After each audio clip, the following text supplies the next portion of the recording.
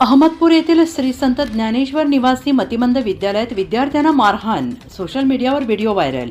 नमस्कार, मी रिया पवार, रिपब्लिक महाराष्ट्र न्यूजमध्ये आपले सगळ्यांचे सहर्ष स्वागत करत आहे आणि ही बातमी आहे अहमदपूर येथून. पाहूया सविस्तरपणे. अहमदपूर शहरातील टेंभुर्णी रोडवरील सैनिक कॉलनी भागात असलेल्या श्री संत ज्ञानेश्वर निवासी मतिमंद विद्यालयात एका मतिमंद विद्यार्थ्याला मारहाण केल्याचा धक्कादायक प्रकार उघडकीस आला असून या घटनेचा व्हिडिओ सोशल मीडियावर व्हायरल झाला आहे. या प्रकारामुळे संपूर्ण परिसरात संताप व्यक्त केला जातो आहे. मिळालेल्या माहितीनुसार मारुती शेनरोड, वय वर्ष 18, राहणार चाकूर, हा तरुण गेल्या 15 वर्षापासून या विद्यालयात वास्तव्यास आहे. व्हायरल व्हिडिओमध्ये एका शिक्षक विद्यार्थ्याला लाकडीपट्टीने मारहाण करतोय असे दिसत आहे, तर दुसरा कर्मचारी चक्क या मूकबधीर मुलाचा गळा दाबत असल्याचे दिसून येत आहे.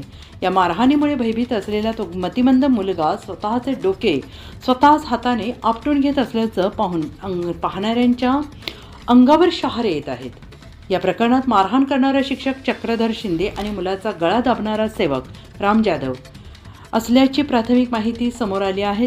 असेच गेल्या 2 वर्षांपूर्वी नागेश कृष्णाजी चव्हाण, राहणार पार, या विद्यार्थ्यास सेवकाकडून मारहाण झाली होती, परंतु या सेवकावर कोणतीही कार्यवाही केली गेली नाही.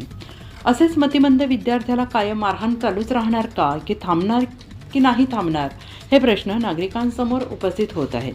व्हायरल व्हिडिओमध्ये विद्यार्थ्यांना मारहाण केलेल्या शिक्षक आणि सेवकावर कार्यवाही होणार की या सेवकाला असेच पाठीशी घालणार, असं नागरिकांमधून व्यक्त केले जात आहे. या प्रकरणावर श्री संत ज्ञानेश्वर निवासी मतिमंद विद्यालयाशी संपर्क साधला असता मुलगा हायपर होऊन दुसऱ्या मुलांना चावा घेऊन अंगावर धावत जाऊन मारत होता.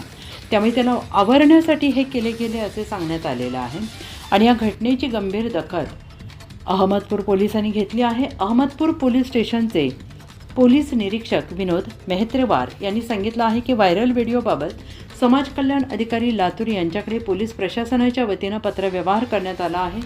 समाज कल्याण विभागाचा अधिकृत अहवाल प्राप्त झाल्यानंतर संबंधितांवर कठोर कायदेशीर कारवाई करण्यात येईल असे सांगितले आहे. संत ज्ञानेश्वर निवासी मतिमंद विद्यालयाचा मारहाणीवर आळा बसणार की असे सुरू राहणार, हे पाहणे महत्त्वाचे ठरणार आहे. असेच बातम्यांचे नवनवीन अपडेट्स पाहण्यासाठी पाहत रहा Republic Maharashtra news live. Like करा, शेअर करा, सबस्क्राईब करून बेल आयकॉन दाबायला विसरू नका.